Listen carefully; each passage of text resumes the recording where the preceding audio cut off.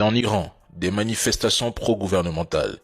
Des médias internationaux comme CNN confirment qu'il y a bien eu des manifestations pro-gouvernementales dans l'ensemble des grandes villes iraniennes.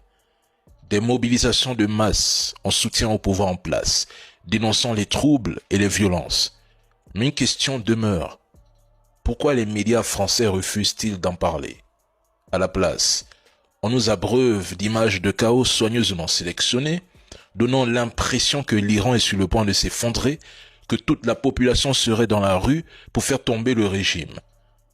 On évoque plus de 600 morts, certains médias vont jusqu'à 2000. Sur quoi se base-t-il? Et je pose une question simple.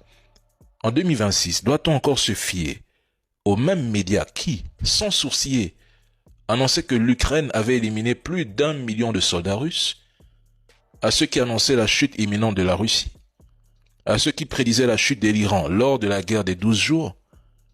Ces mêmes médias qui mènent une guerre des chiffres plus qu'un travail d'information, ils prennent une scène isolée de pillage, l'amplifient, la répètent en boucle et la présentent comme la preuve que le pays entier vacille.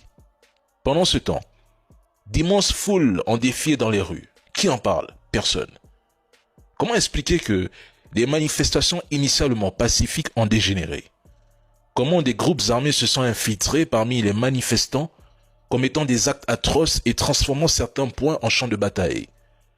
À Téhéran, on parle de près de 1,2 million de personnes rassemblées pour soutenir le gouvernement iranien. Je dis simplement ceci. En temps de guerre ou de conflit, la première victime, c'est la vérité.